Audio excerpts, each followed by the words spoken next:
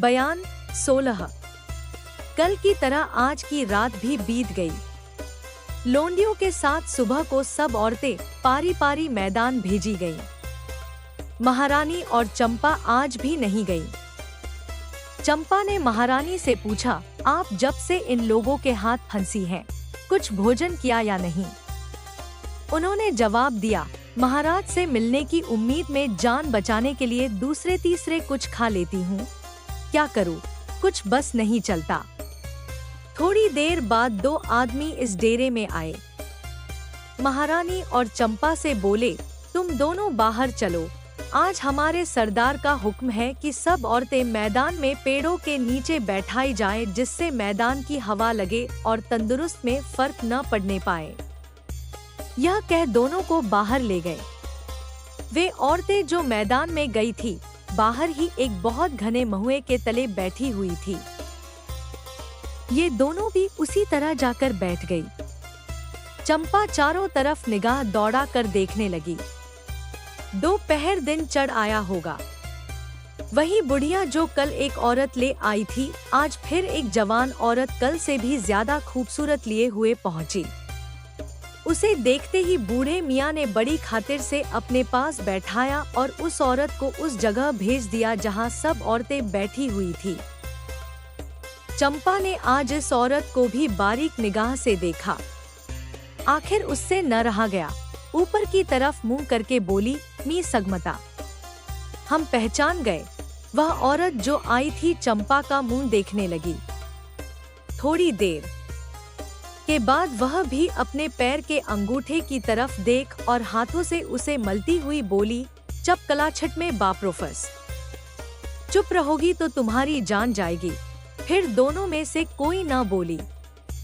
शाम हो गई। सब औरतें उस रावटी में पहुंच गईं। रात को खाने का सामान पहुंचा। महारानी और चंपा के सिवाय सभी ने खाया। उन दोनों औरतों ने तो खूब ही हाथ फेरे जो नई फंस कर आई थी। रात बहुत चली गई। सन्नाटा हो गया। रावटी के चारों तरफ पहरा फिरने लगा। रावटी में एक चिराग जल रहा है। सब औरतें सो गई, सिर्फ 4 जाग रही हैं। महारानी, चंपा और वे दोनों जो नई आई हैं। चंपा ने उन दोनों की तरफ देखकर कहा, कड़ाक भी टेटी, नो से पारो फेस्तो, मेरी बेड़ी तोड़ दो, नहीं तो गुल मचा कर गिरफ्तार करा दूंगी। एक ने जवाब दिया, 3 से को, तुम्हारी क्या दशा होगी? फिर चंपा ने कहा, रानी की सेगी, रानी का साथ दूंगी। उन दोनों औरतों ने अपनी कमर से कोई तेज औजार निकाला और धीरे से चंपा की हथकड़ी और बेड़ी काट दी। अब चंपा लापरवाह हो गई। उसके होठों पर मुस्कुराहट मालूम होने लगी। दोपहर रात बीत गई। यकायक उस रावटी को चारों तरफ से बहुत से आदमियों ने घेर लिया। शोरगुल की आवाज आने लगी। मारो कड़ो की आवाज सुनाई देने लगी। बंदूक की आवाज कान में पड़ी। अब सब औरतों को यकीन हो गया कि डाका पड़ा और लड़ाई हो रही है। खलबली मच गई। रावटी में जितनी औरतें थीं, इधर-उधर दौड़ने लगी। महारानी घबराकर चंपा चंपा पुकारने लगी, मगर कहीं पता नहीं, चंपा दिखाई न पड़ी। वे दोनों औरतें जो नई आई थी आकर कहने लगी, मालूम होता है चंपा निकल गई, मगर आप मत घबराइए, यह सब आप ही के नौकर हैं जिन्होंने डाका मारा है। मैं भी आप ही का ताबेदार हूँ। औरत न समझिए, मैं जाती हूँ। आपके वास्ते कहीं डोली तैयार होगी, लेकर आता हूँ। यह कह दोनों ने रास्ता लिया। जिस रावटी में औरतें थीं, उसके 3 तरफ आदमियों की आवाज कम हो गई। सिर्फ चौथी तरफ जिधर और बहुत से डेरे थे, लड़ाई की आहट मालूम हो रही थी। 2 आदमी जिनका मुंह कपड़े या नकाब से ढका हुआ था, डोली लिए हुए पहुंचे और महारानी को उस पर बैठाकर बाहर निकल गए। रात बीत गई। आसमान पर सफेदी दिखाई देने लगी। चंपा और महारानी तो चली गई थी, मगर और सब औरतें उसी रावटी में बैठी हुई थी। डर के मारे चेहरा जर्द हो रहा था। एक का मुंह एक देख रही थी। इतने में पन्नालाल, रामनारायण और चुन्नीलाल एक डोली जिस पर किमख्वाब का पर्दा पड़ा हुआ था लिए हुए उस रावटी के दरवाजे पर पहुँचे।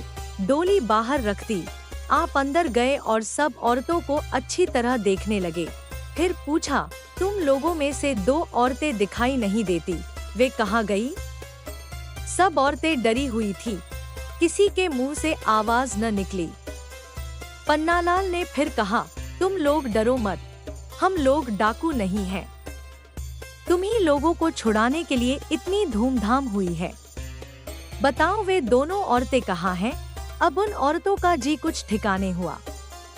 एक ने कहा, 2 नहीं बल्कि 4 औरतें गायब हैं, जिनमें 2 औरतें तो वे हैं जो कल और परसों फंस के आई थी। वे दोनों तो एक औरत को यह कह के चली गई कि आप डरिए मत, हम लोग आपके ताबेदार हैं, डोली लेकर आते हैं तो आपको ले चलते हैं। इसके बाद डोली आई जिस पर चढ़ के वह चली गई और चौथी तो सबके पहले ही निकल गई थी। पन्नालाल के तो होश उड़ गए।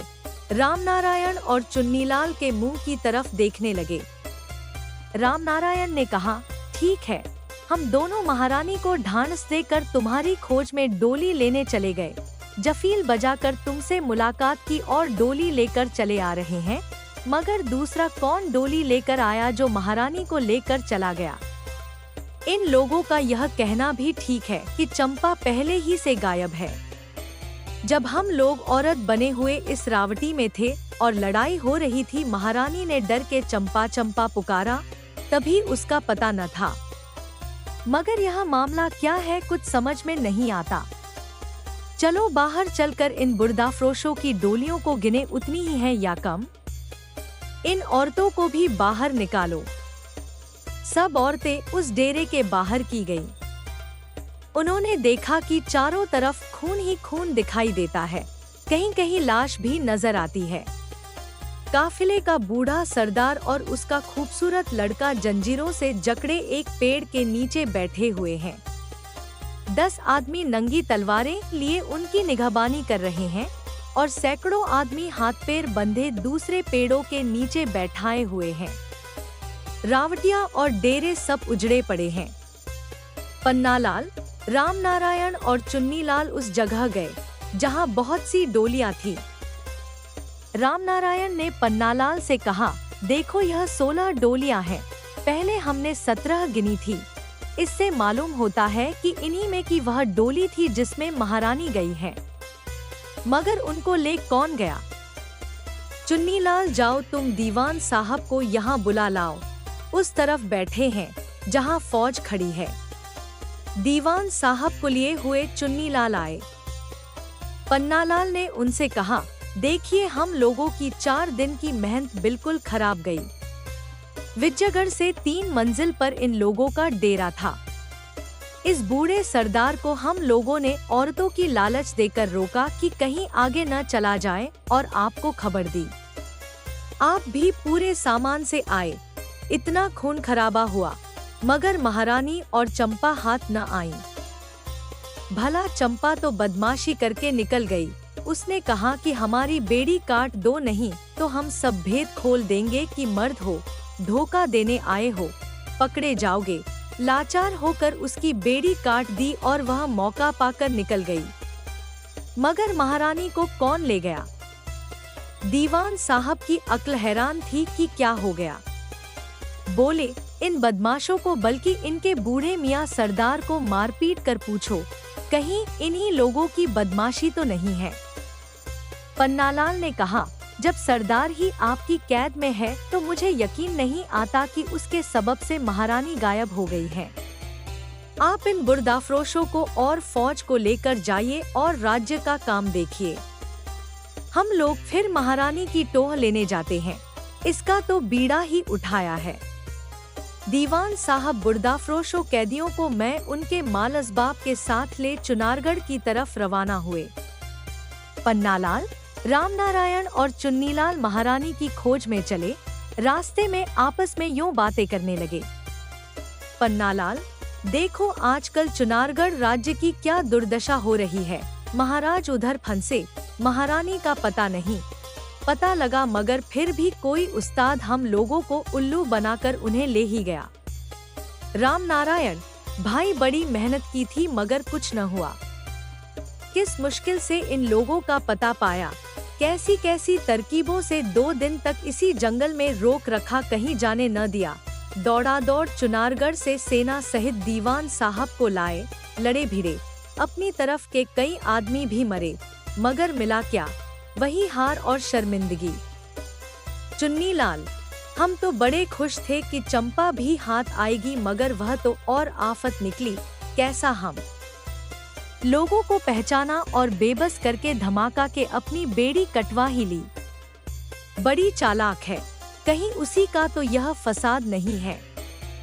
पन्नालाल नहीं जी, अकेली चंपा डोली में बैठा के महारानी को नहीं ले जा सकती। राम नारायण हम तीनों को महारानी की खोज में भेजने के बाद अहमद और नाजिम को साथ लेकर पंडित बद्रीनाथ महाराज को कैद से छुड़ाने गए हैं। देखें वह क्या जस लगा कर आते हैं। पन्नालाल भला हम लोगों का मुंह भी तो हो कि चुनारगढ़ जाकर उनका हाल सुने और क्या जस लगा कर आते हैं, इसको देखें। अगर महारानी न मिली तो कौन मुंह लेके चुनारगढ़ जाएंगे। राम नारायण बस मालूम हो गया कि आज जो शख्स महारानी को इस फुर्ती से चुरा ले गया वह हम लोगों का ठीक उस्ताद है। अब तो इसी जंगल में खेती करो, लड़के वाले लेकर आ बसो, महारानी का मिलना मुश्किल है।